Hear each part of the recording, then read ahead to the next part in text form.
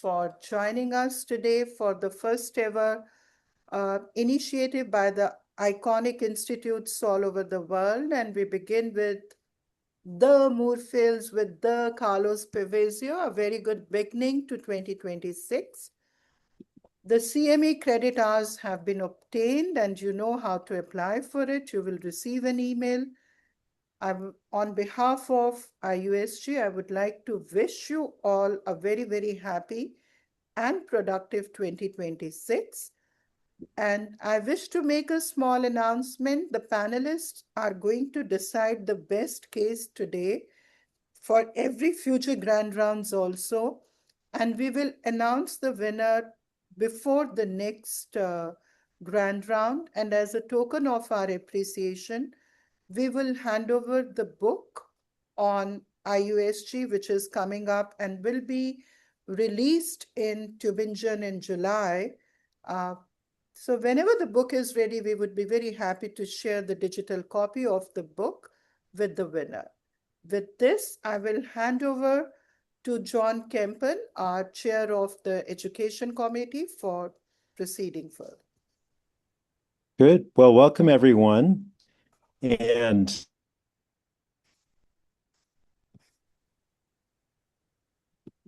John, can you hear him? No.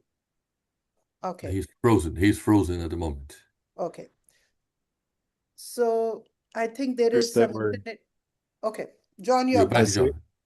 Sorry, a series of thematic lectures that our previous president, Manfred Zierhut, had initiated, and then on to a series of cases illustrating points we wanted to use for the textbook Vishali mentioned as a case-based learning initiative.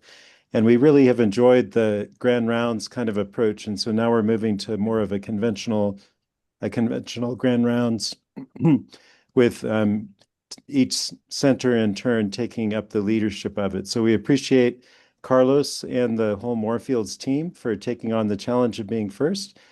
Carlos is going to be the senior overlooking the first case today. He's the senior uveitis specialist and professor at UCL and Moorfields Eye Hospital, and a world-renowned consultant in uveitis as well as other areas.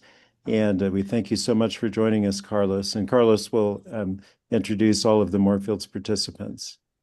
Thank you very much, John. Thank you, Vishali, and thanks for IUSG to invite us to be participating in this round, and it's a real honor to be involved in this. Moorfields is, as John said, and Vishali, is a well-known institution. We have a wealth of pathology coming through the door on a regular basis and a very strong training program. So we'll be sharing with you today 3 cases. One of them I'll be dealing with myself directly, but we have also 2 consultant colleagues, Ilaria Testi and Colin Chu, who will be coordinating all the 2 presentations by our fellows and consultant colleagues as well, Anna Montero, Shiva Ramsak, and Adnan Khan. So I think we will hopefully entertain you for this half of 90 minutes, and it will be great to have your participation with questions, and it will be great to have a discussion at the end of each case. So I think we should kick off now with the first case, which will be presented by Adnan Khan, who's a fellow in retina and uveitis at Moorfields. So Adnan, you have to share your screen and get started with your case.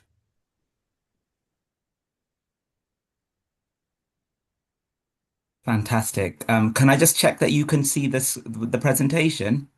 Yes, we can. We can. Great. Right, so it's just turned afternoon. So I like the title of this presentation, When Birdshot Won't Budge, the Challenge of Treating Birdshot Chorioretinitis. I'll just progress with my slide. So this is dealing with a patient who has a well-established diagnosis of birdshot chorioretinopathy that was first diagnosed in her early 40s. She had a molecular confirmation of being HLA-A29 positive, and this is her treatment history. She was found initially to be intolerant to cyclosporin A and then was switched to mycophenolate mofetil, which was then proved to be ineffective for controlling her disease. She then was switched to adalimumab, and this had to stop because she became intolerant with symptomatic cardiac arrhythmias. She then was switched to a short period of tacrolimus, which she was again intolerant to. And up until coming up to a new treatment approach, she was then treated with methotrexate and low-dose oral prednisolone after the mycophenolate mofetil failure. And in the meantime, she was given bilateral Ozurdex intravitreal implants so that she could undergo consecutive cataract surgery, which progressed a lot because of oral prednisolone use. And she had that just soon after the Ozurdex implants and whilst on the methotrexate weekly. So the methotrexate treatment alone couldn't control her disease for long. So I'm showing you some wide field fundus photos, which shows active birdshot chorioretinitis. You can see, if you look carefully, not only do you see the kind of yellow spots that are typical of birdshot, there is actually mild optic disc edema in both of her eyes.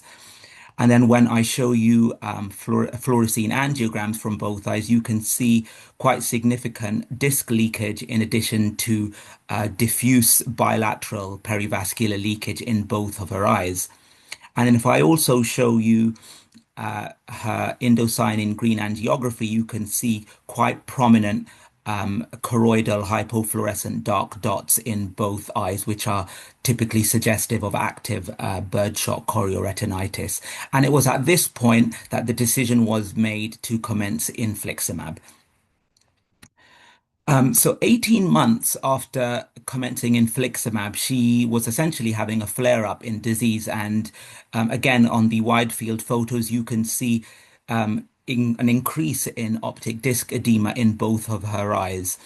And again, when I show you the fluorescein angiograms, you can see increased perivascular leakage, optic disc leakage in both eyes, which suggested that she was having active disease at this point. And again, when I show you the ICG angiography, you can see that there are, again, established hypofluorescent dark dots in both of her eyes. And at this point, it was decided to stop the treatment with infliximab. At that point, when she had the failure to infliximab, she was given bilateral Ozurdex intravitreal implants. And you can see 6 weeks after receiving the Ozurdex implants, whilst rituximab infusions were arranged, you can see there's a decrease in the optic disc edema. The amount of perivascular leakage and disc leakage has reduced in both eyes. And when I show you the ICG angiography, again, there is now a decrease in the degree of hypofluorescent dark dots that you are seeing in both eyes. And that's 6 weeks post bilateral Ozurdex. And then she was commenced on rituximab infusions at a neighboring hospital of ours that we send patients to. And throughout, she was continuing on her methotrexate, 20 milligrams once weekly. So soon after starting on rituximab, after 6 months of treatment, we found a paradoxical exacerbation of her disease activity. This isn't quite so suggestive on the wide field fundus photos, but when I show you the fluorescein angiography again, you can see the return of the perivascular leakage and the disc leakage in both eyes, pretty much equally significant in both eyes. And when I show you the ICG angiography, the hypofluorescent dark dots are still there in both eyes, but you can't appreciate them as well as you would have on the compared to the previous imaging because of the significant degree of choroidal vascular leakage. So although those hypofluorescent dark dots are there, the kind of overwhelming choroidal vascular leakage doesn't let you first appreciate the degree of active disease, but they are still there essentially. And then what I'm going to show you now is the EDI OCT of both eyes. The top panel shows you pre-rituximab choroidal thickness, which you can see quite obviously the choroidal scleral interface. And if I compare that to the panel on the bottom, this is post-rituximab, and you can see a significant increase in the choroidal thickness. And you can just about see the choroidal scleral interface at the bottom right corner, in addition to these undulations in the RPE. If I go to now the left eye, you can see again, compared to the pre-rituximab choroidal thickness in the top panel, at the bottom panel, you can see subretinal fluid, again, a significant increase in the choroidal thickness. At this point, you can't even see the scleral interface, and you can see RPE undulations. So at this point, it was decided to give her rescue treatment with IV methylprednisolone, in addition, and then converting to a tapering course of oral prednisolone. And what you can see now is that the images are switched. So the post-rituximab choroidal thickness and RPE undulations are shown on top. And then post-rescue treatment, you can see that the choroidal thickness has returned to normal after the rescue treatment. So that's the right eye. And then again, in the left eye, you can see the RPE layer has returned to its normal kind of morphology without that undulation, and the SRF has gone, and the choroidal thickness has returned to normal. And again, so this is within 3 months of the rescue treatment, as she was tapering down on her oral prednisolone, we again, unfortunately, see a return of her vascular leakage on the fluorescein angiography. And then when I show you the ICG angiography, the return of the hypofluorescent dark dots in both eyes.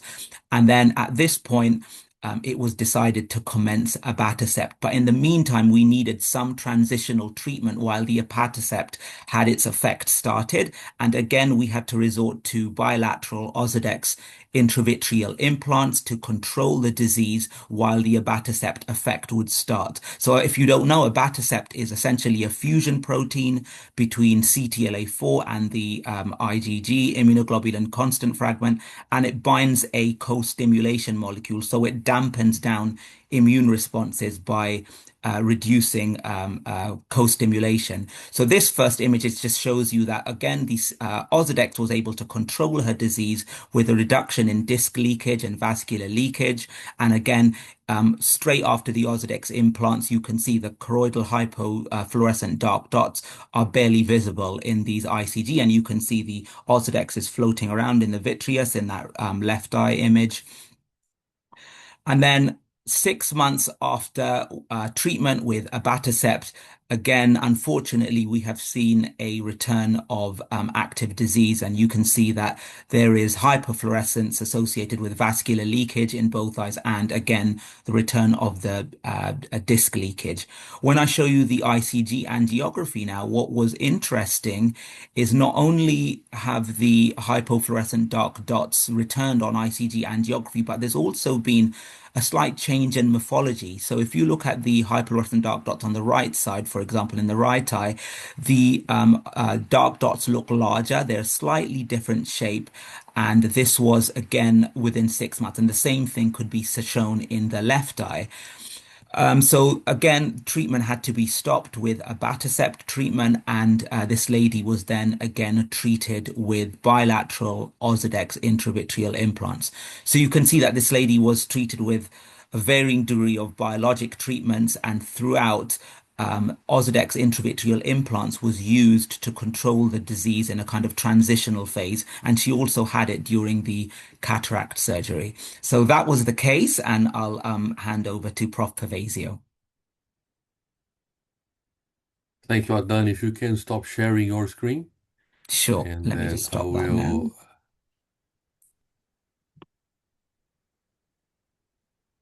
Okay. There we go. Stop share 1 second. There we go. I Okay, stopped thank it. you. Thank you. Thanks. Okay. I need just to start sharing my screen now, and then we can go. I had trouble finding my presentation before, so I hope I don't struggle as much now in finding my talk. But I think this case illustrates, in a very nice way, the difficulties that sometimes we have in treating patients with the posterior segment inflammatory problems. So let me just share this now. I hope I'm okay here. Yep, here we go. And so I want to share this with you. And so I just want to bring a few points to your attention. I think these are important points for those not very familiar. Birdshot is not a very common condition. So I think you may not have seen many cases previously, and I think it's important to stress a few points and highlight some interesting aspects of this case. I think what you see here, these are the presenting symptoms of our patients. So usually if visual symptom, the point of blurring of vision, floaters, these are the reasons why they come to see us, nyctalopia. And this is reflecting one important aspect. The disease is a dual compartment disease. It affecting the retinal vessels and the choroid as well. So what we see, what the patients come to see you for, is when the retina is involved, is when they have the retinal vasculitis, which generates the floaters they see and generates the retinal dysfunction. So the loss of peripheral vision or nyctalopia they have is related to the retinal edema, and many times, of course, they can get macular edema. But don't be fooled that a birdshot patient can have very poor retinal function but still preserve 6.669 vision. And you don't use visual acuity as a parameter to judge how active disease is and judge the decisions to treat them. We use different ways of the detecting activity. You can see here examples of the angiogram showing very obviously the amount of leakage they get in the eye, and that is affecting their visual field, affecting electrophysiology. So these are very good ways of detecting the dysfunction that is generated by the active inflammation. What happens is that the bit which is the deep spots that you see in the choroid are asymptomatic to the patient. So they are not aware there's something going on in there. And this only becomes a problem if you are unable to control the disease and allow it to progress. So when you're treating these patients, you have to control, of course, the retinal vascular component, which is the reason why they came to you. And then, of course, you have to pay attention to what's happening in the choroid, because if we ignore it and you let it go, eventually these patients will start progressively losing retinal function from damage to the outer retina. So it's a very important thing to keep in mind, is monitoring what's happening. That's why you saw in the patient we presented how many times we did ICGs to look for activity in the choroid, because it's really important marker. Are we actually effective in our control? So the birdshot lesions, another thing is important to highlight. Birdshot lesions in cases like this is a barn door diagnosis of birdshot. But many patients present way before this happens. So don't wait for birdshot lesions to be present to call someone birdshot. You have to suspect birdshot. Usually, in our experience, of course, we are in Northern Europe, we have patients with Caucasians, middle-aged women predominantly are our patients, but it can happen in men as well. And they come with these very peculiar visual symptoms. They may have night vision problems, cloudiness or flickering lights. They can tell you different things. Always try to find if this potentially could be birdshot, especially if they have retinal vasculitis, vitreous involvement. Take a look at the choroid, because don't wait for these lesions. They may take a long time to really appear. And this is just to show you here, we're proposing this way of classifying and saying that you do have to have the vitreous involvement, the retinal vasculitis, the choroidal lesions, and the patients have to be HLA-A29 positive. This is a really important point for your diagnosis. Other things that can help, of course, is the functional things like visual fields and electrophysiology, etc. And if you have the birdshot lesions, they are not required. They are strongly suggested, but not required. So you may delay your diagnosis if you wait too long. Just to show you here, just an important interpretation of these images. So birdshot lesions are lesions that tend to be chronic in their nature. They don't tend to disappear over time, differently from this hypofluorescent spots in the choroid. So some patients may have both. They can have the birdshot lesions, they can have the active lesions which fade in the late frames of the ICG, because they're reflecting that they are active lesions and they are deep in the choroid, while the birdshot lesions tend to remain. They don't disappear in the late phase of the ICG. So patients who have both means they have the disease and they're active. If they have only the birdshot lesions, they have the disease but is not necessarily active. And some patients in the very early phases may only have the dark spots without the birdshot lesions, because they haven't reached yet the stage in which those lesions have developed. So just some examples here for you to see. So it's really important to understand how this interpretation of the lesions works. And if you don't control them very well, you end up with something like this. So the loss of control of the choroidal inflammation results in profound damage to the outer retina and profound visual loss. So it's important to keep in mind that not only control the retinal vasculitis, but control the choroid. How do you go about treatment? You've seen already all the strategies we tried for this patient. We have seen most of the patients responding very well, but occasionally you come across someone like this patient who is failing to respond or is intolerant to medications, and you cannot pursue your systemic therapy. So what we tend to do in many patients is combine therapy, as you have seen already. Some patients receive local and systemic therapy. But this case, we're highlighting the fact that the local therapy has become the only option that seems to really bring some degree of control to her condition. I'll mention here that we've looked into the use of the fluocinolone acetonide implant, the Iluvien. We found it to be very effective to treat the retinal vasculitis, controlling the choroidal disease. So we have this is the paper we published showing that the choroid was very thick while you had the Iluvien in the eye, and only improved once adalimumab was introduced. That's the progression of the arrows there that you see.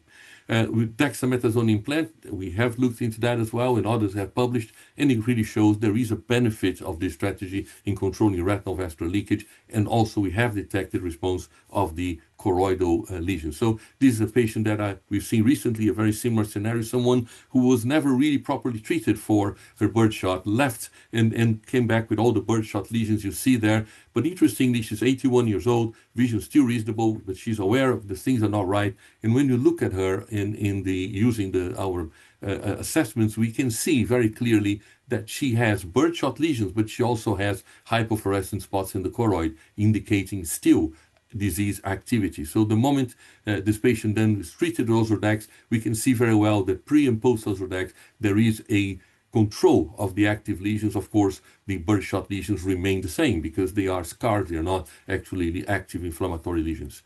And just to show you here that the local therapy may be effective, is not your first line. You still prefer systemic treatment, but it is an alternative if you're running into difficulties for these patients.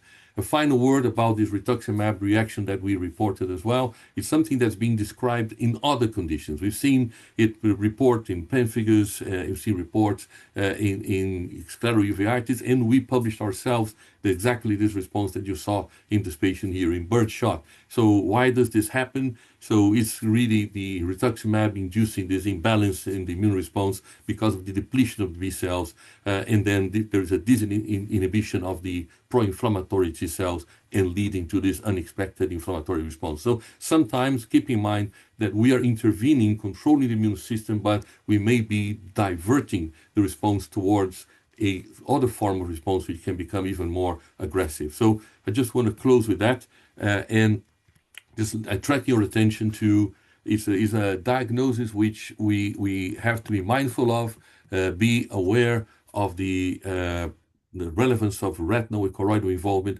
and the various strategies that we can use to try to control them, including combination of local and systemic, and sometimes, like cases like this, stuck with local therapy, which is not the ideal, but in this case may be the only option. So, John and Vishali, over to you.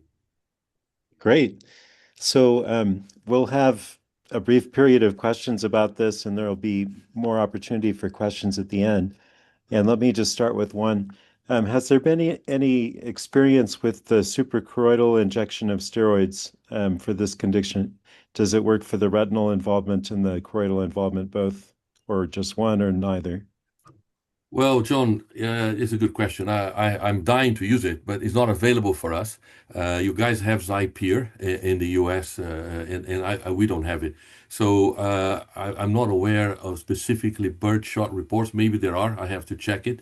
But I think I imagine that because of the data available on Xipere and the way it works, that I would be expecting you would have a beneficial impact in the choroidal inflammation. I think I'm expecting that to happen. And it's a question, would it be good enough to control retinal vascular and choroidal disease as well? That's a question I don't have an answer for. I'd like to try, but I haven't been able to. I think Megan is here from US. Megan, do you have any experience with suprachoroidal?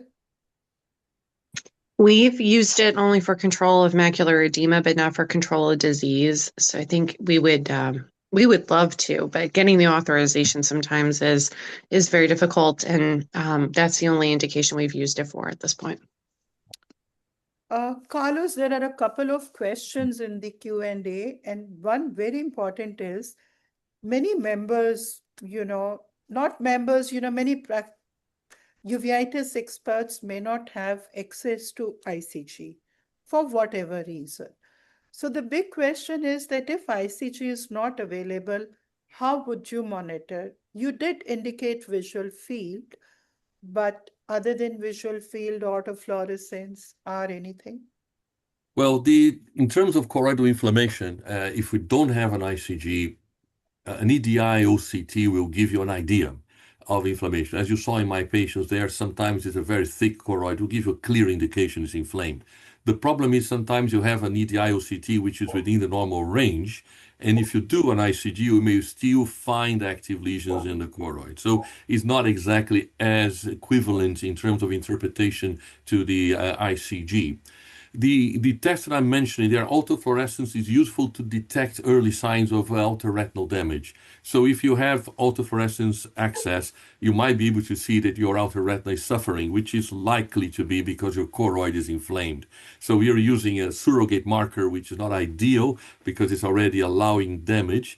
I'd like to do something before the damage occurs. But if you look at that, you can probably detect early signs by that.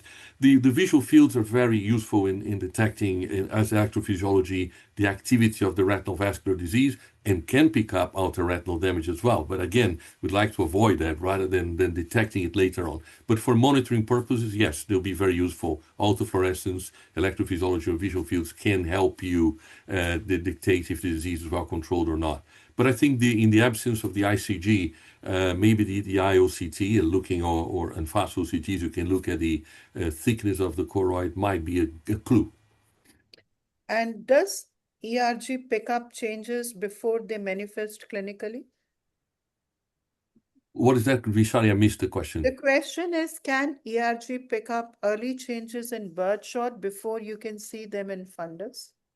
Yeah, well, if you do an ICG in the very early stages, if the patients present to you with symptoms, flashing lights, or whatever they're complaining of, an ICG may show you very, very early on that there are hypofluorescent spots in the choroid.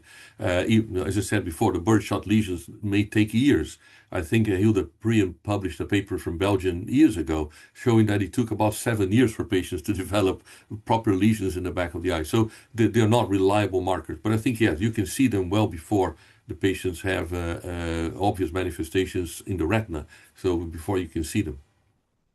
And can you monitor, like, the initial ERG, monitoring on ERG without ICG? Because that's the question being asked. Yeah, the monitoring of the electrophysiology is mainly helpful for the retinal vascular inflammatory problems. So that is something you can monitor with fluoresceins as well. A fluorescein angiography will show you that. Even if you don't have ICG, you probably can do a fluorescein.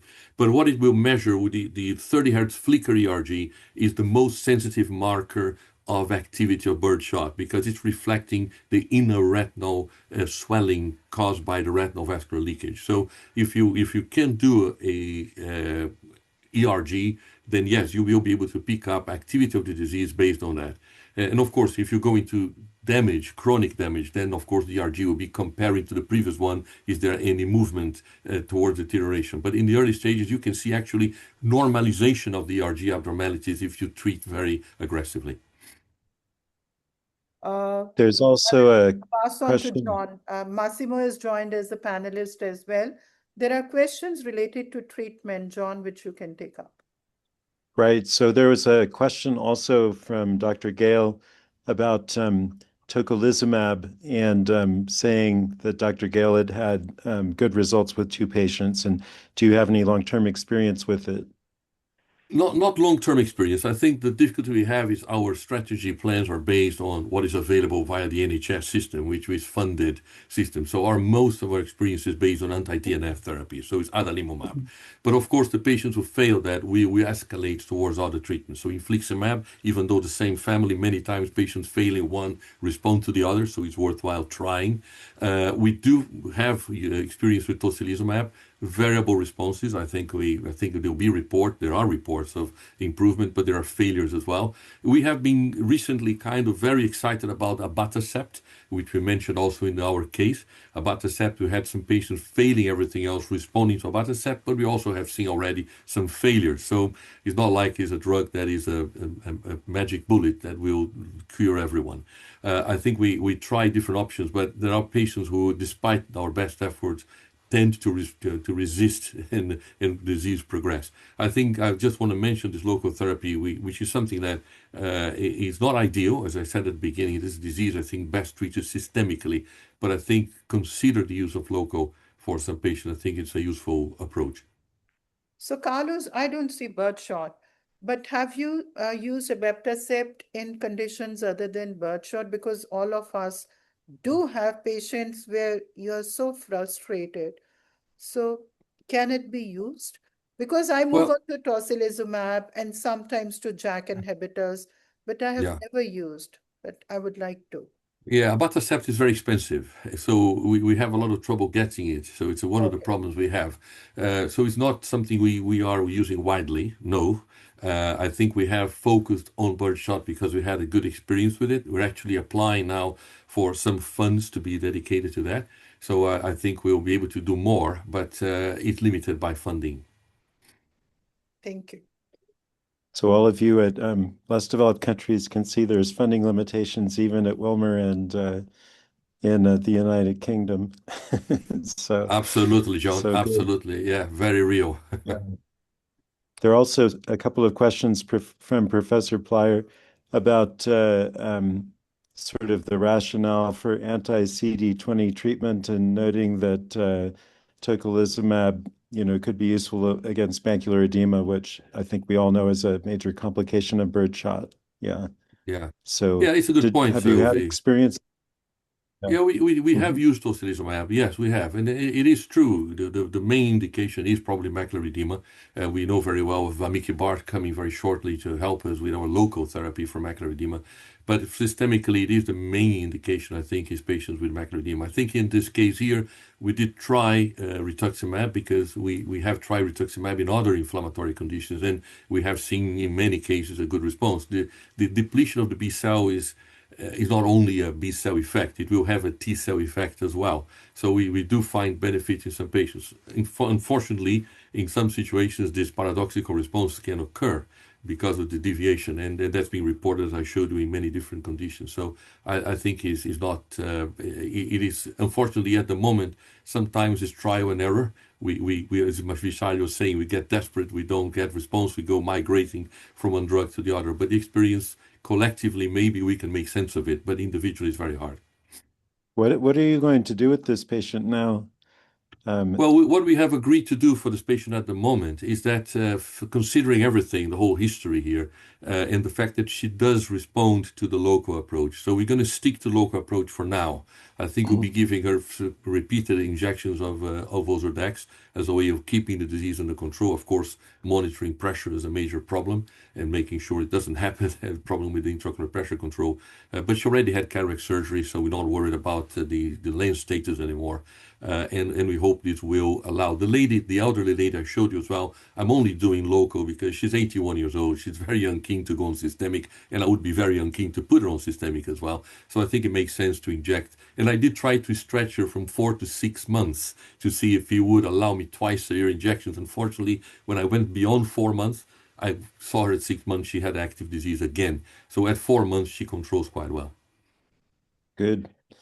All right. Well, perhaps there are a couple other questions that perhaps could be answered by typing, but why don't we move Yeah. on to the next case so Yes. we don't Yeah, get we'll do behind that. schedule? We're going to Yeah. change the order a little bit, John. Great So case. we're Okay. going to change the order. So we're going to get Dr. Tessie to come in with her case. So if you want to introduce to Anna, and go ahead, Lara.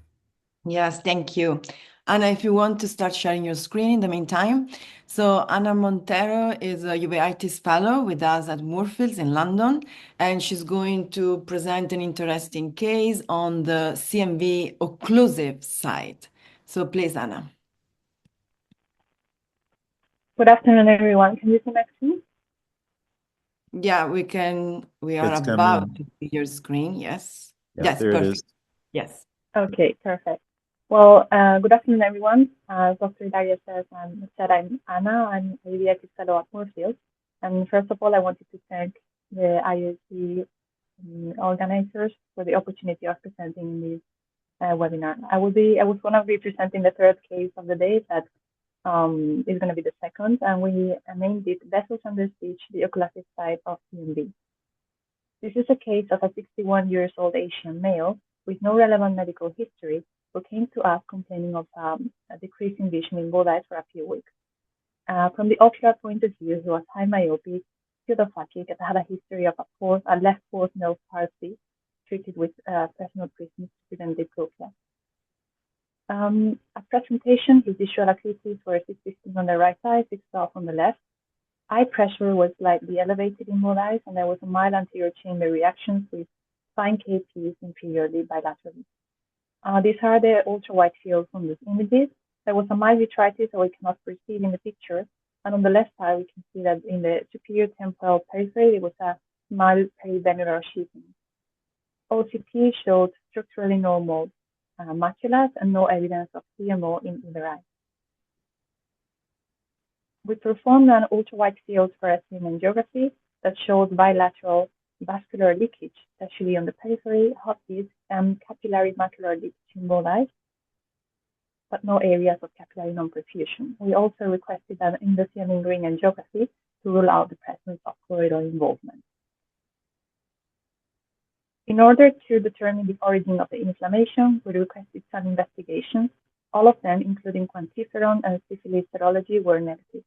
At this point, we diagnosed the patient with a bilateral idiopathic and intermediate uveitis and prescribed a tapering course. Prescribed a tapering course of prednisolone starting at 0.8 milligrams per kilo day and dexamethasone drops in both eyes. At 8 weeks follow-up, when the patient was on prednisolone 10 milligrams a day, the anterior chamber reaction resolved, there was no more vitritis, and the IOP normalized.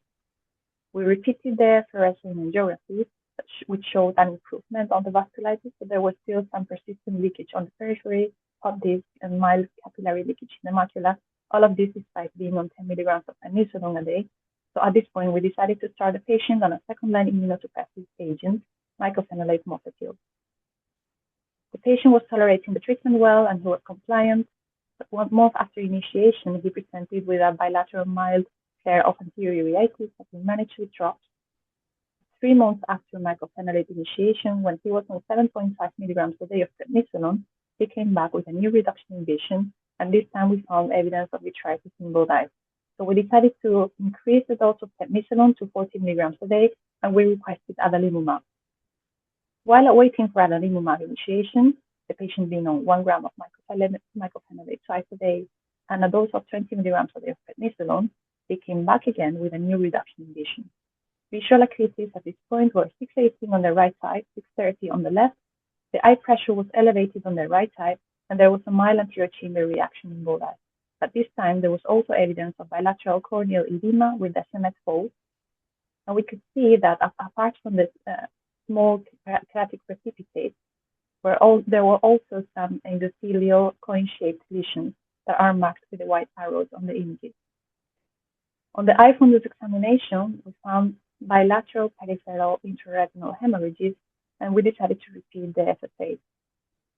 At this time, what we found was a severe peripheral capillary non-perfusion in both eyes.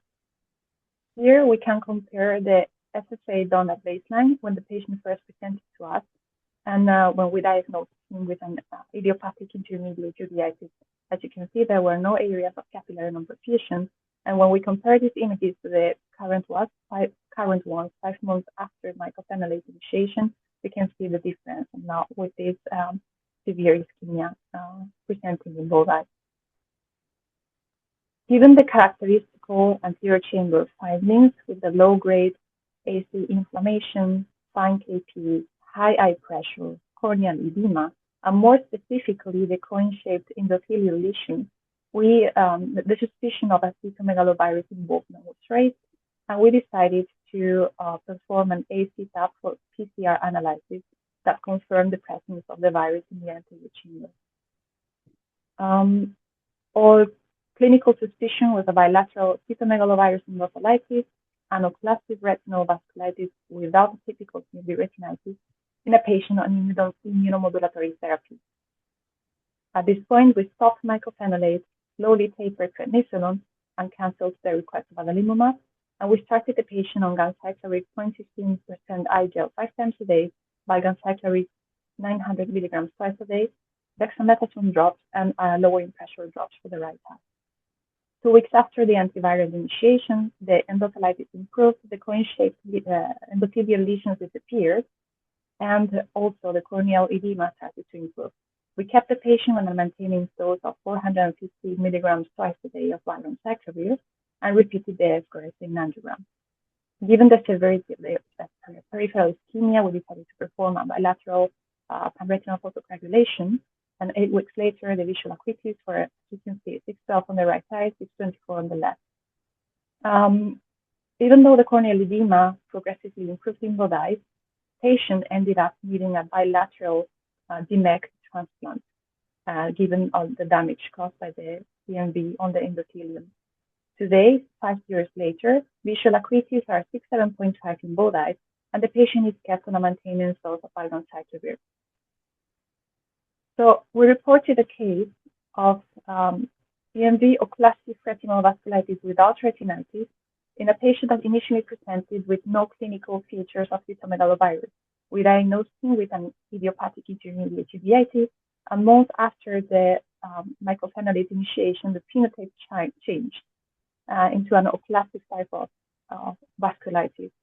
And the characteristic anterior chamber findings, specifically the high pressure and the cone-shaped endothelial lesions, raised the suspicion of cytomegalovirus involvement that was then, that was later confirmed with PCR analysis of the acute tumor. Different theories can be hypothesized, including an acquired infection or reactivation of cytomegalovirus, leading to a change in the features of retinal vasculitis from non-oclustic to oclustic. The role of mycophenolate in the infection or reactivation of the virus is controversial, since this was used as an immunomodulatory agent in a patient that was not profoundly immunosuppressed. His CD4 count was normal. Given the severity, the aggressiveness of the disease, and the fact that the patient needed a bilateral corneal transplant, the last one took place last year, we decided to keep him on the maintenance dose of valganciclovir. The patient is tolerating this well and is keen on continuing it, but there is no agreement on how long should we keep it, given that he's not an immunosuppressed patient. Thank you very much for your attention, and I'll hand over to Ilaria. Thank you, Anna. So I'm just sharing my screen.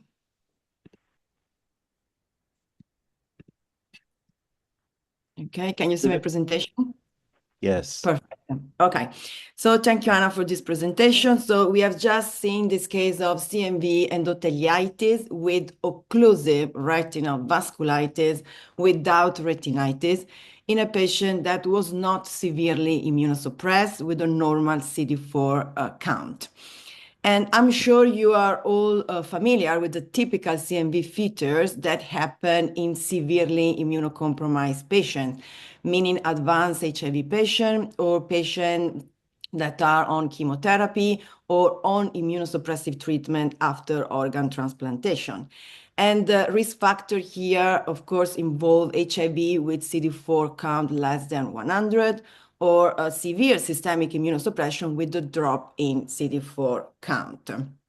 And this is the retinitis, so I'm referring to CMV retinitis. You can see, you know that we can have two different phenotypes.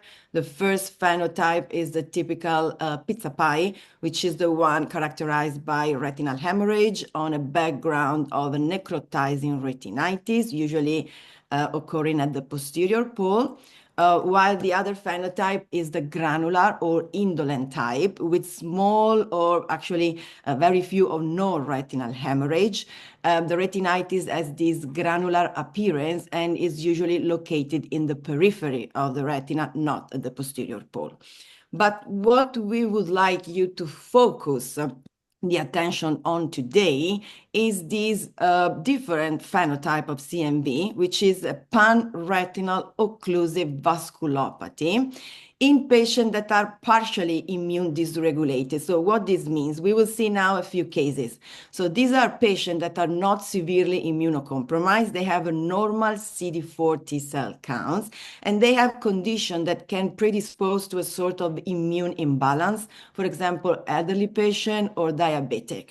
So what we have seen and what I will show you soon is that these patients are characterized by three features. In addition of the pan-retinal occlusive vasculopathy, when they have retinitis, it's usually the granular type of retinitis. So they don't manifest with the acute necrotizing type of the severely immunocompromised patient.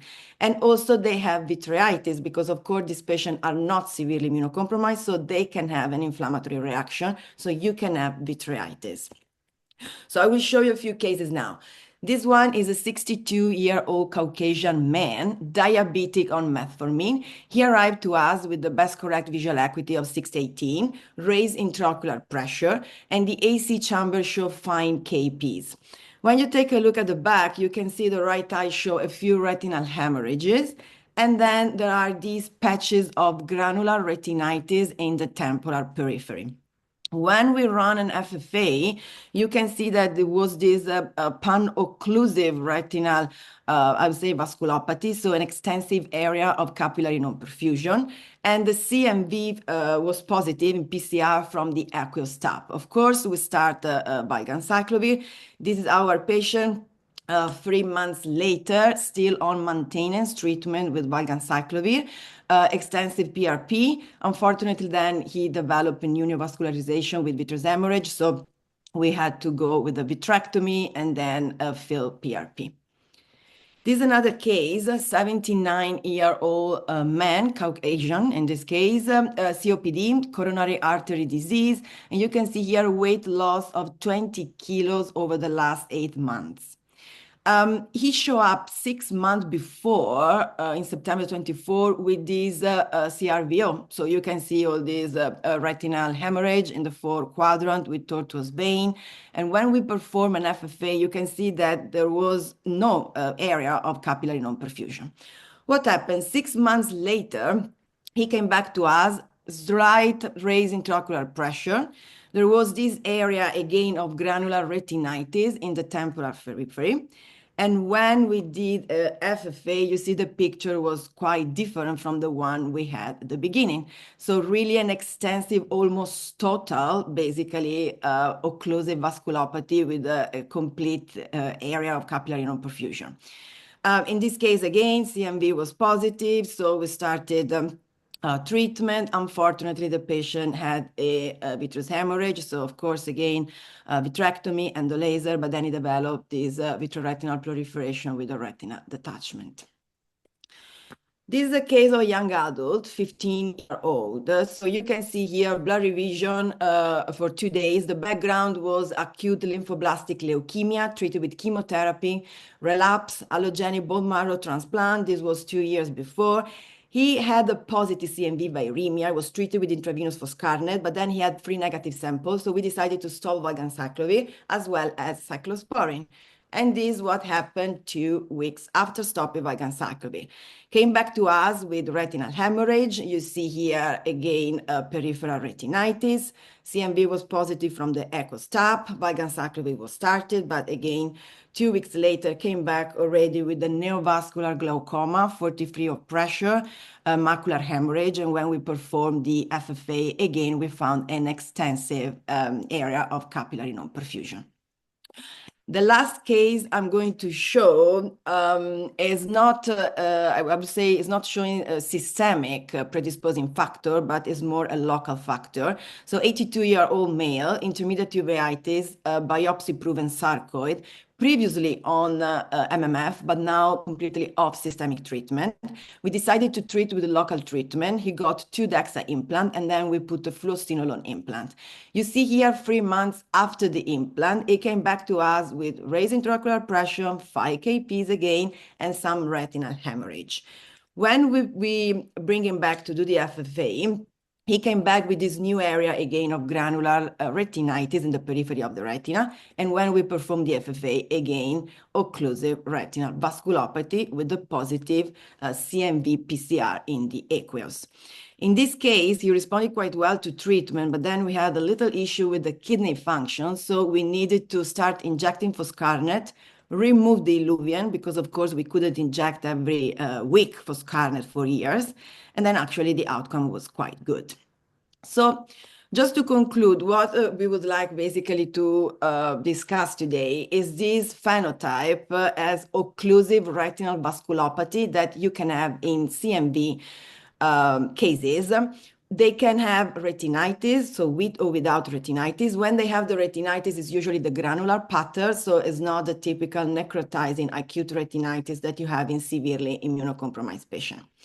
So what we have seen are basically elderly patient, diabetic, malnutrition. So there are some systemic factors that predispose to this immune dysregulation that make them susceptible to the CMV reactivation. And remember that all these patients has a normal CD40 cell count.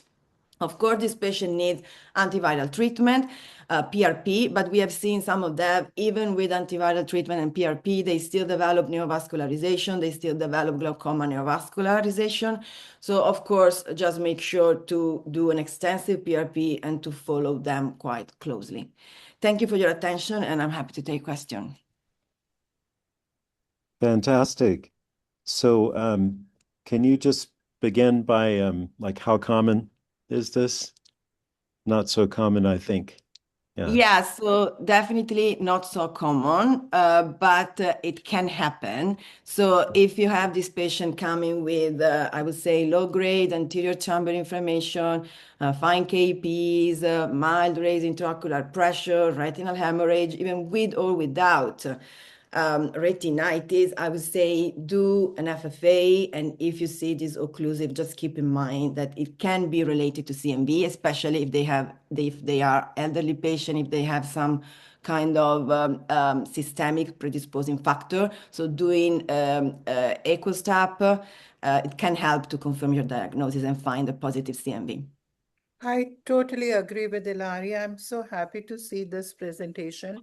I have 4 such patients, and interestingly, last patient did not even have PCR positive, but it was by that time so typical for CMV that I don't mind giving Valgan, and somehow it doesn't reverse, but it halts the progression of ischemia. That has been my experience. And this came from one professor, a very productive professor in New Delhi.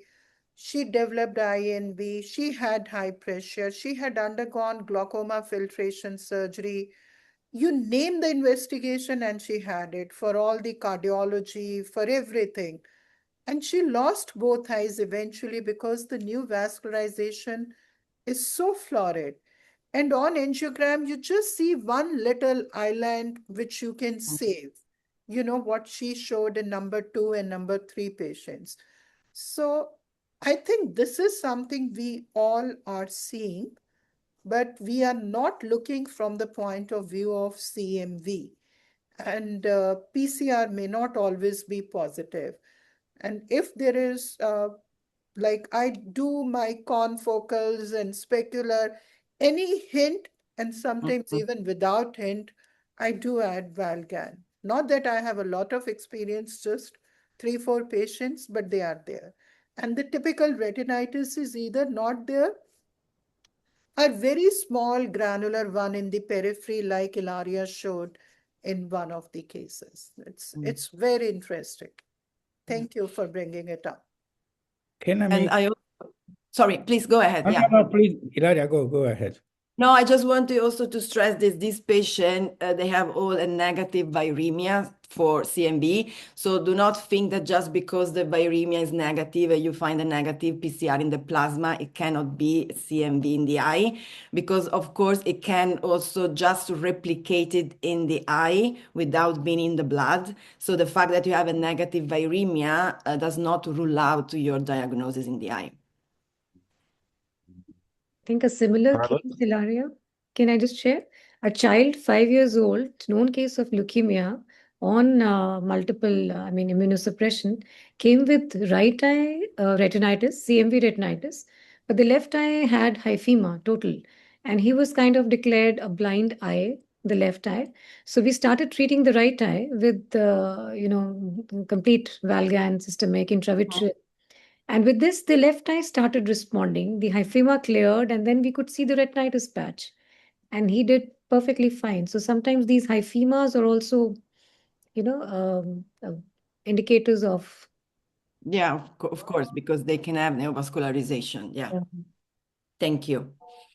I think Carla? sorry. Can I? Carla? Okay, Ma'am, thank you. Okay. I'll allow the Very more senior interesting. person to go ahead of me. Massimo, you're more senior. You can go. Okay. You are joking, of course.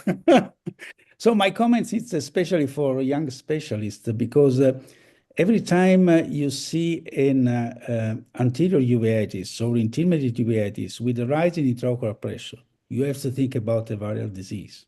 Except for toxo, as Carlos can tell us that almost 35 patients with toxo retinochoroiditis can have a rise in intraocular pressure. But most than 90% of those with viral uveitis has a rise in intraocular pressure. So your patient, the patient was presented by Anna, has a bilateral rise in intraocular pressure.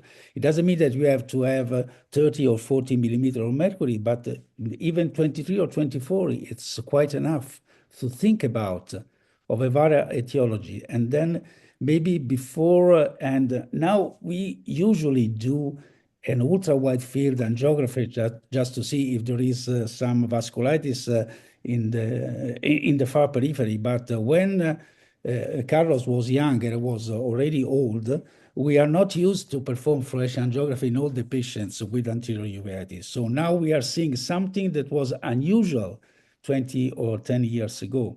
And we have to think clinically first, just because some of our colleagues can work in places where there is not available usually the PCR for aqueous humor or fluorescent angiography. So you should be based first to the clinical appearance of the patients and see the most common features of the viral uveitis, that is increasing intraocular pressure. No, I think I Carlos? agree, Massimo. I think it's a very important point. You don't have to have a very high pressure in his eyes. It's usually grambling pressures that don't get better. These are the patients you start to suspect CMV above all. And the issue is set very clear. We don't normally do angiograms for anterior uveitis, but clearly now with all this, if you have a viral etiology there, considering the knowledge of what can happen to the back of the eye, I think it's really important to have a wide field image taken and if necessary, angiogram to detect early signs. But if you see any hemorrhage in the periphery, anything like this, already telling you this is happening. So it's really important to step in very quickly to prevent the very disastrous outcomes that can happen if you fail to recognize it very early on. So it's a very important clue. I think these anterior uveitis, we tend to say it's anterior uveitis, don't worry about it. No, it's not. It's anterior uveitis, but it can have significant repercussions to the back of the eye if not detected early. So it's important. Everything you said is really what I was going to. That's why I want a senior person to go ahead of me, because they can already clarify all the points even before I have to talk. Thank you, Massimo. Good. There are a few queries about sort of the role of tapping the aqueous for PCR as a potential guidance about when you would stop anti-CMV treatment, but I'm not sure that we often can stop it. But could you address that, Ilaria? Yeah, the problem is that, of course, if you have like an HIV severely immunosuppressed patient, I would say, easier to understand when to stop treatment because you are based on the immunorecovery and sustained CD4 cell count high number, like, for example, more than 100, 150 for 3-6 months. In these cases, you have a normal CD4 count, so it's a bit tricky to understand when it's safe and if you can stop the treatment. Of course, like in Anna patient, we had a role of probably prednisolone and MMF. So I might say if you stop the immunosuppression, you can try then and stop the valganciclovir and see what happens. But for the other patient, for example, the elderly patient, diabetic, this is a bit more difficult to understand when to stop. And in this case, I would say if kidney function is okay and patient is not having any side effect, I would probably just carry on. And what about intravitreal treatment? It So seems like that may be difficult because you can't give it forever, you know. Yeah, so in this case is actually we have this type of retinitis is not the acute necrotizing that is involved in the posterior pole, is more in the peripheral, granular, indolent, more a slow kind of retinitis. So you don't really need to inject because it's not a site threatening and they responded quite well to valganciclovir. The reason why we inject the last patient is that because we couldn't give systemic and we had diluvian inside the eye, so the trigger was there.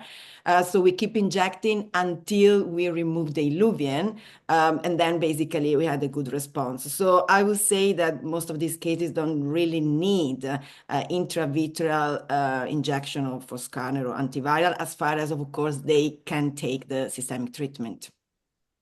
And an interesting pathological, sorry, go ahead. I do add low dose aspirin. I don't know whether it helps or not. It makes me feel a little better. Yeah. You know. An interesting pathological point raised is like when you did the DMEC, you can potentially look at the tissue for signs of CMV pathologically. So I don't know if that would have been done, but I haven't heard of that being done. I don't think we did it. Yeah. Yeah, it might be interesting, but I haven't heard of it. And let's see, maybe we should stop at that point because I think Massimo had his hand up there. Oh, yes. Okay. Just another little comment. Maybe can just suggest to all our young colleagues to perform an aquastap in cases they are going to inject intravitreally steroids before doing them. So we all know that 20 to 30% of the aquastap can be negative, although there is a virus within the eye.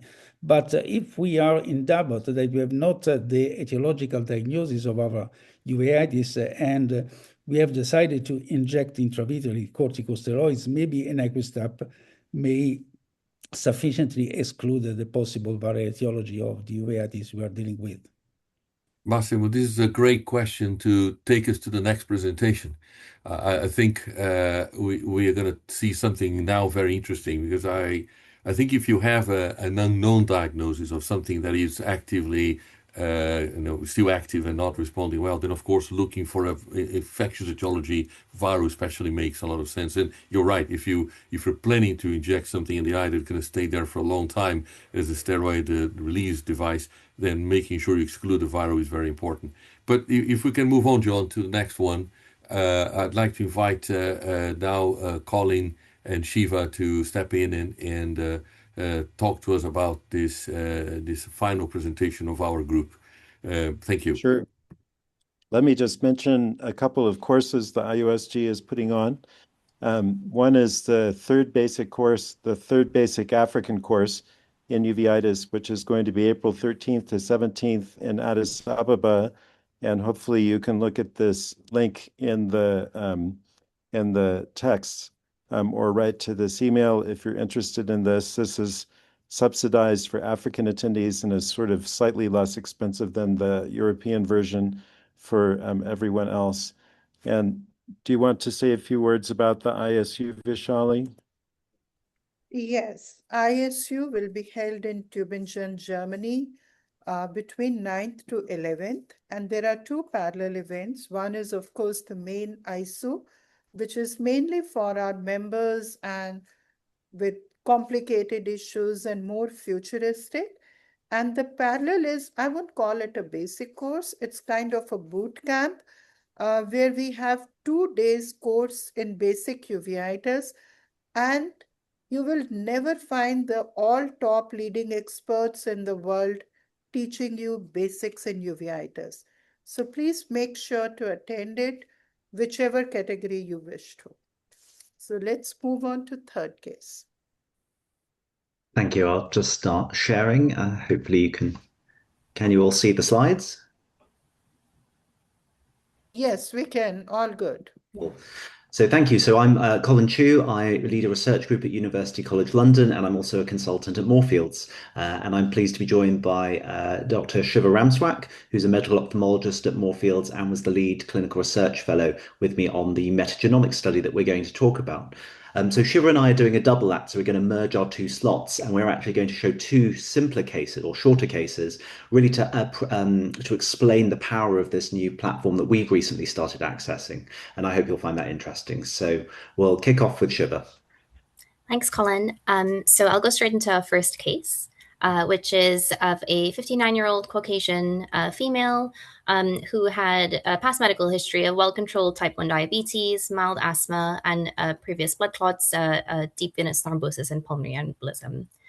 She had been diagnosed elsewhere with presumed left toxoplasma chorioretinitis 4 years previous, and had had 2 separate courses of azithromycin, pyrimethamine, and oral steroid. And before she came to the Moorfields Uveitis clinic, had also underwent a diagnostic vitrectomy and phaco. At the time of the surgery, they sent a vitreous sample for toxo PCR and viral PCR, and both were negative. So since then, she had had this recurrent left granulomatous anterior uveitis, which wasn't controlled with topical treatment. And she presented to Moorfields with worsening vision in 2024. So we don't have all of her previous imaging, but this is the oldest imaging we have available. So you can see the right eye looks pretty normal.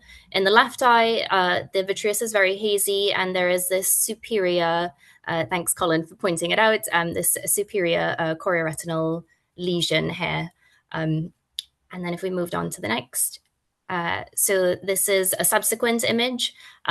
So the vitreous is a little bit more clear here. You can see that that superior chorioretinal lesion has sort of evolved, and there is now a new lesion temporally as well. Next slide.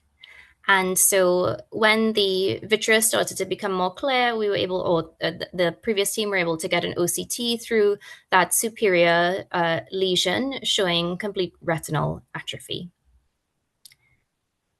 And so this is now when she presents with worsening vision in 2024. So again, right eye looks normal. Left eye, again, very hazy vitreous. There's the superior lesion that we saw before and the temporal lesion as well, which now thank you. So if we kind of zoom into that left eye, you can see that there is now sort of a new extension of that temporal lesion and also a new lesion nasally as well. At that time, she had lots of inflammation in her anterior chamber as well. So 3+ of AC cells, flare, mat and fat KPs. And so you can see this really multifocal full thickness retinitis. She also had bloods at that time. So she had a toxoplasma IgG, which was positive, and IgM, which was negative. And the autofluorescence isn't really that helpful. So at this point, we decided to do a vitreous sample. So I'll pass over to Colin. Thanks. So I just wanted to pause here because in this patient, obviously it was a slightly atypical presentation. We might think, oh, it's just toxo. But then I just wanted to cast the net a bit broader, and we needed to be cautious and think about a broader diagnostic array. And so I think we're all very experienced with when we suspect things like infections or a retinitis, taking samples of ocular fluid from the eye. And there's a whole range of approaches. We won't go into too much detail, but obviously, if you thought it was, for example, a traditional endophthalmitis, classic microbiological cultures are useful, but they're slow. PCR for all of us is the first sort of port of call. And the good thing about that is it is generally sensitive and fast, although you're limited in the numbers that you can test. Goldman-Whitmer coefficients. I know some colleagues are real experts, and this is available in some places, but we don't have access to it at Moorfields, and I think globally it's much more tricky to access.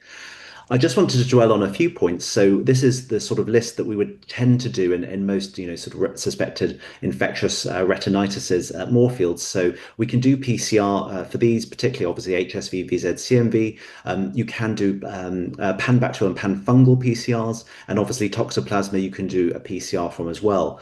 I'll just point out that, if you're taking, say, a sample of aqueous, then you're often limited in the amount, and they have to dilute your sample. So the more things you test for, potentially the lower the sensitivity. sensitivity. And certainly with Toxoplasma, I think our colleagues have already shown this, that Toxoplasma PCR often you will miss many. It has a sensitivity of about a third, even though it's quite specific.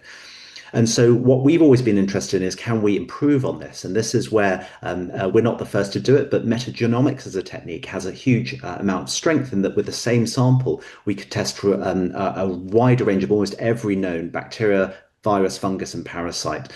And it just happened that around the time this patient came, we had started discussions with these amazing colleagues, Dr. Julianne Brown and Prof. Brewer, at Great Ormond Street, just next door to us, who set up an incredible metagenomics detection service, mainly for pediatric encephalitis of unknown cause. And so they would often take CSF, and given that the CSF and the aqueous and vitreous are quite close, we wondered if we could work together to do that. And we were really encouraged by their work that showed that by deploying this technique in encephalitis, they discovered the cause where traditional clinical testing had failed in nearly a quarter of patients.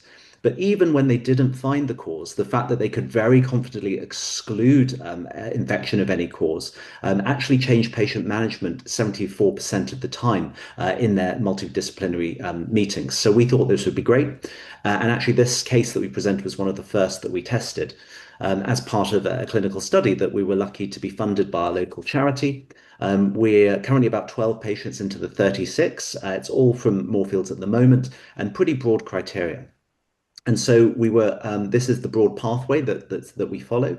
So obviously we sample fluid in a normal way, either from the AC or in this patient's case from the vitreous. We ship it to the lab. And then at that point, they extract both DNA and RNA. So as I mentioned, many colleagues have done this before, but it's often just the DNA. So the RNA here is an important extra feature that we get in our platform. And if you're not familiar, they essentially then sequence almost every molecule in there. And we can then bioinformatically align that to international repositories of known pathogens and try and discover what we can find. And so for this particular patient, as expected, we detected Toxoplasma gondii. Despite the atypical presentation, it was really reassuring to see this. And as you can see, these are the sort of reports we get. It was also very reassuring that we could exclude viral, bacterial, and fungal causes as well to give us the confidence to then treat. I will just quickly comment that we get the DNA and the RNA that I said was pretty unique here. And why that's helpful is that, for example, you could have residual DNA from dead or live Toxoplasma still tangled in the vitreous. Whereas the fact we had RNA as well really makes it highly likely these are viable and replicating organisms. So that gives us additional confidence. I will just point out, interestingly here, actually, from other studies of Thuy Doan, who's been really supportive of some of the work we've set up here, her own work interestingly found that actually PCR could be more sensitive for Toxoplasma. So we're quite lucky here, and maybe there are other aspects that we're doing that have helped us in this particular case. I'll hand back to Shiva. Thanks. So this is the same patient at the latest visit. Following her metagenomic results, she had been treated with azithromycin, pyrimethamine, and oral steroid, and then started on prophylactic cotrimoxazole. And you can see now that the eye is looking much more quiet, so the vitreous is clear. There's chorioretinal atrophy corresponding to those previous lesions that we can see, but nothing active. So we'll move on to our second case, which is of a 24-year-old Caucasian female who had a history of myopia, but otherwise fit and well. Again, presented elsewhere. This was in January 2019 with a unilateral anterior uveitis, which initially responded to topical steroids. She subsequently relapsed and then went on to develop chronic anterior uveitis. She had investigations locally, which were all negative. But then in May 2020, she noticed worsening vision in that eye and was started on oral methotrexate and cyclosporin. She was also noted to have a posterior subcapsular cataract in that eye, so underwent cataract surgery with a 2-week course of oral steroid cover. At the time of the surgery, a sample of aqueous was sent for viral PCR, which came back as negative. So this is a busy slide, but just to kind of really summarize a sort of tumultuous, complicated course. But essentially, she went on over the next sort of 3+ years to have multiple AC taps, which all came back as negative. Because there was still a strong suspicion of an infective course, she had a trial of valganciclovir, which had no effect. She was seen by infectious diseases and went very extensive testing, so which I won't mention all of them, but so she had extensive serological tests, a PET CT, again, no infective cause found. So then she was started on systemic immunosuppression. So through the kind of 3-year course, she's had oral steroids, methotrexate, mycophenolate, cyclosporin, adalimumab, and infliximab with sort of little effect on her inflammation. So by December 2023, she's having this kind of ongoing, very severe anterior segment inflammation, so 4+ of AC cells with hypopion. And at that point, I'll pass back to Colin. Thank you. So again, this was another case where it was perfectly suited to metagenomics, and we were lucky that this was about the right time. And as Shiva said, we were really in a desperate position, unable to get anywhere. So we thought, let's try. So we followed the same pathway as I described. 100 microliters of aqueous was sent and sequenced. And at this point, I just wanted to also just give you a bit more information about metagenomics. The disadvantage is it's often quite slow. So unlike the PCR, we can get in a few days. It does, our average turnaround is about 2 to 3 weeks. So if you're very acute cases, you need to be aware of that. But in ones like this that have been chronic, it's perfectly suited. And then probably the biggest limitation is the cost. So around the equivalent of $1,800 for one test. So really, this is not going to be a test we can do widely. The cost will come down, I think, over time, but that's good. That's one of the biggest limitations at the moment. And so metagenomics was performed for her. And we were really quite stunned when we were able to identify Leptospira santarosii from the aqueous, and we're very confident about this. There was no other pathogens there. And this was something that, even though now we hear it, it seems obvious it's on the textbook, but it's often buried over the 3rd or 4th page. And really, this wasn't probably even in the top, 50 things we were thinking of. And also, interestingly, that we had repeated aqueous taps even for 16S, so bacterial aqueous that had been negative. So I think, again, increasing, there's increased potential chances to detect pathogens with metagenomics.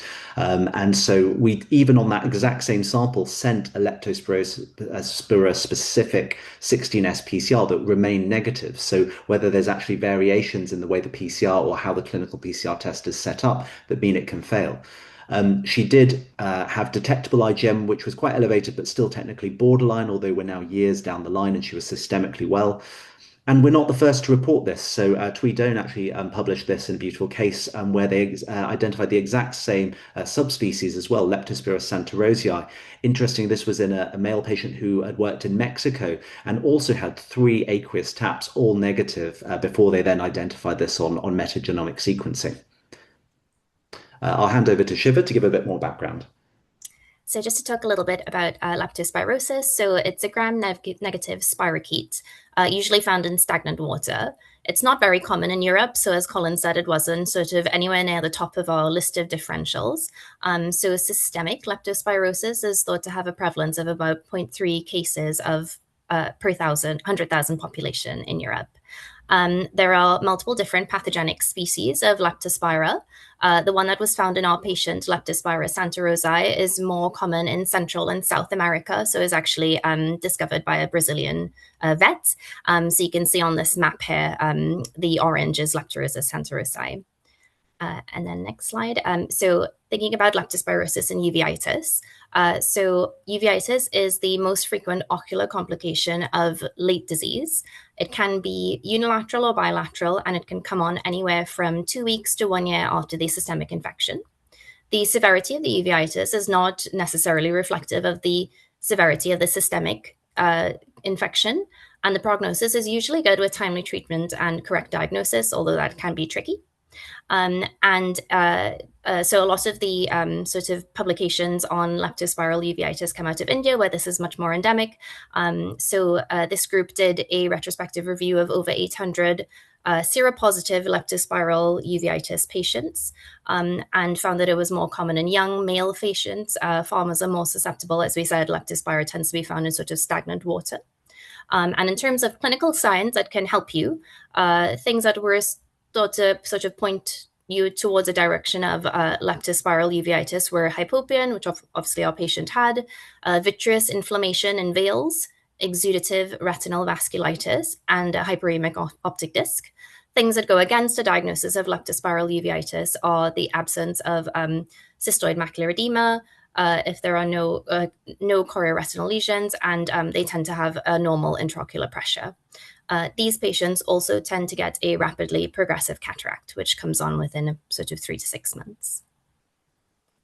And so going back to our patient, when you go back into the history, she had been traveling in Ecuador and to Colombia and swam in the Amazon River, and sort of thinking back, had actually had a sort of a kind of non-specific illness around the time that she was away, which she hadn't sort of thought twice about. That was all before the onset of this, her ocular presentation.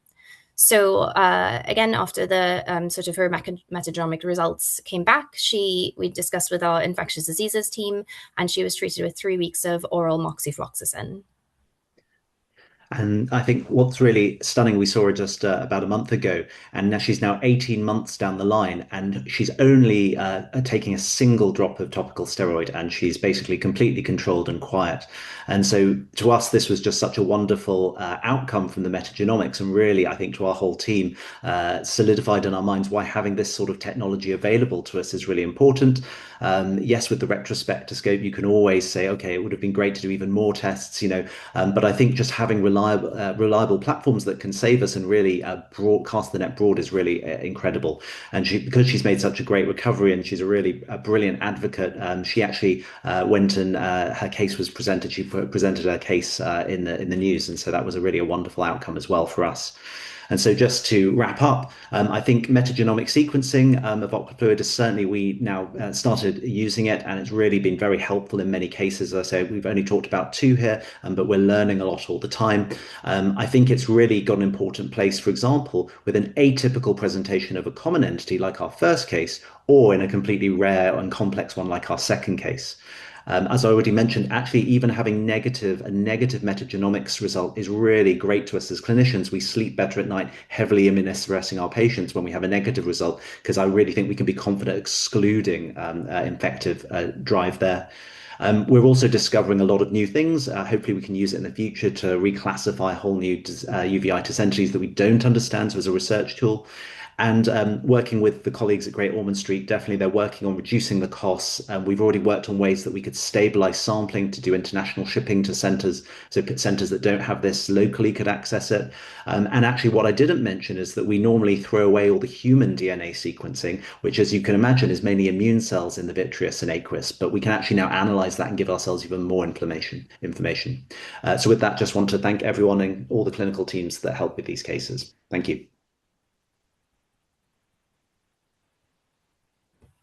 Great.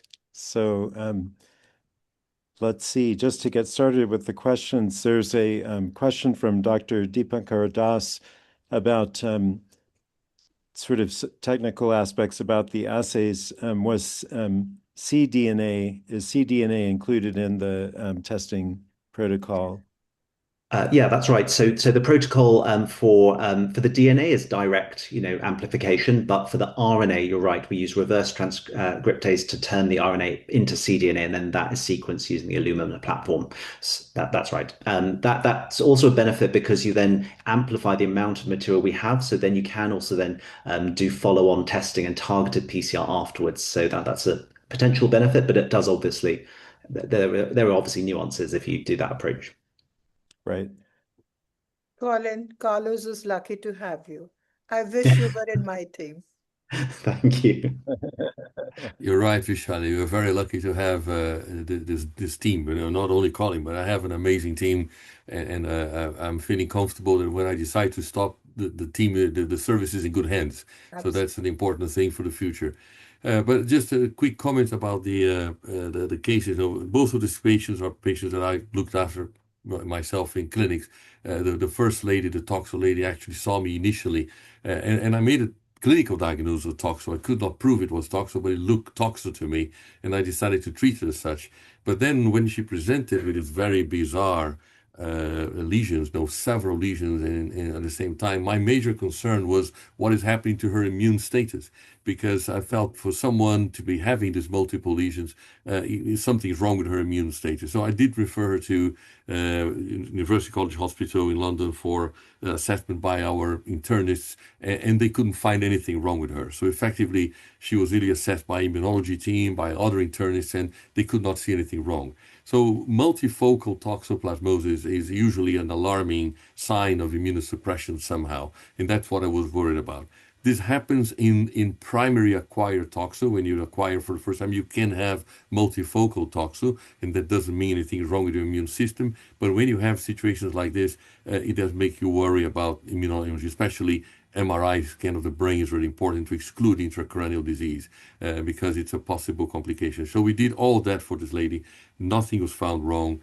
Clearly, now with the help of metagenomics, we could confirm it was toxo. It was really an important, and she's now, we're monitoring her very closely because I'm not quite sure why she did what she did. The second case was interesting because this young lady was seeing us for several years. She went to the US for a second opinion. She came back with a prescription for a atomic bomb immunosuppression, which we very heavily felt she shouldn't do. But at that time, we still didn't know what she had.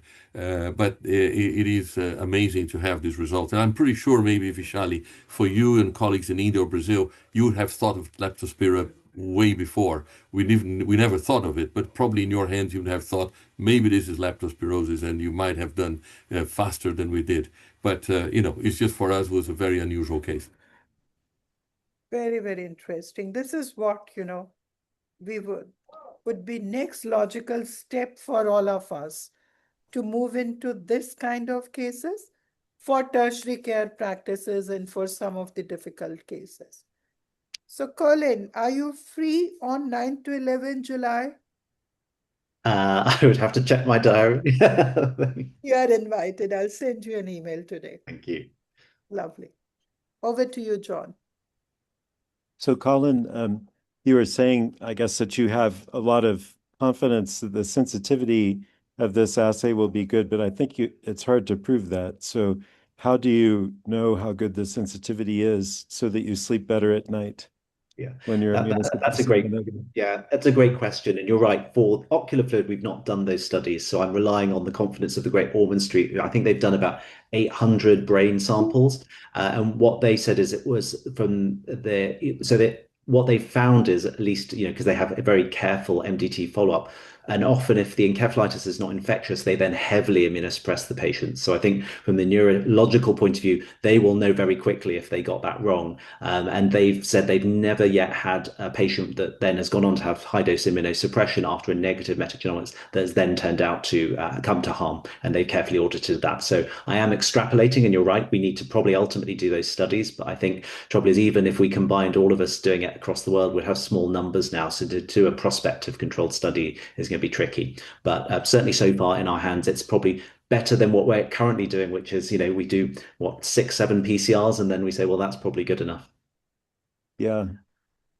There was also a question, was the metagenomics able to identify the strain of the toxoin? Was it a more pathogenic strain? Yeah, that's a really great question. So unfortunately, the metagenomics can't do that because of the depth of sequencing. So because, for example, we're trying to sequence everything, we're being very, very broad. To be able to pick up the strain, you would need to have nearly 100% tiling of the entire genome of the organism. So at least in routine cases, we can't. Potentially, we could go back and try and amplify out and do that, but that's not a current clinical protocol. But it's a great question, and it's something that we would love to do as the technology evolves in the future. I think that would be so helpful. Yeah, I guess I would predict that will happen in due course with this technology. Just to finish up, Deepak Das also had asked back to the birdshot, is there any evidence of viral causes of birdshot? So I'm not aware of any myself. No, I don't think so, John. I think what we are really trying to understand is of course we know all the patients as far as we are now agreeing it should be HLA 29 positive. So there is a predisposition, but not all HLA-A29 individuals will have birdshot, which means that it's necessary but not sufficient. So something else is happening on top of that determines the disease. We actually have a very interesting case now of what supposedly are identical twins. Both of them are HLA-A29 positive. Only one of them has birdshot. So there's an interesting case for us to try to, if we can understand why one has gone on to develop birdshot and the other hasn't, they are identical and have both the HLA-A29, will be very interesting to help us understand how we go about the disease development. But I'm not aware of any infectious trigger for birdshot. I think it's something we still don't know all the story, but I'm not aware of it. Good. All right, well, we're close to time. As we wind up, I think Rima was going to just announce our next session. Yeah, thank you, John. So we move to the next grand round, Global Case Conferences 2, which would be by the Singapore Eye Center and with Professor Chi as the institutional lead. So we shall be having interesting cases in retina and uveitis. That'll be on 14th of February, same time. Okay. And for your CME credit hours, you will receive an email. Please give your inputs, anything in particular you want us to discuss. We will incorporate that in future, your inputs about today, how we can improve it. And these grand rounds will be available on our website for future viewing. And thank you, Team Moorfields, for giving us such a good start. We did not know how to go about it. We were kind of not sure, but you made it all so easy for us. Thank you very much. Oh, thank you, Thank Vishali. you. Thank you, John and Rima. It was very good to be involved, and Not on I'm time. happy. I'm happy we managed to put together a nice presentation. So thank you all for supporting us. Thank you. Thank you, Great. everyone. You. A very All right, and happy Happy New Year. 2026. Happy New Year. Thank you. Okay. Bye. Bye. Bye, Bye-bye. everyone. Bye-bye. Bye-bye. Bye.